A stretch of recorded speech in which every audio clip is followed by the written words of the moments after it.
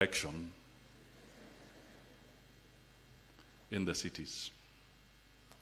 Why am I bringing up this here?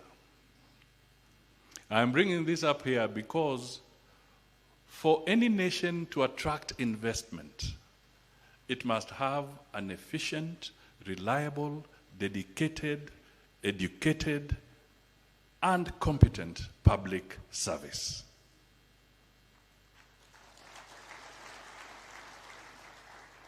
Private sector will not create jobs, will not pay taxes efficiently and so forth unless it's anchored with an efficient public service. And that public service must be nurtured.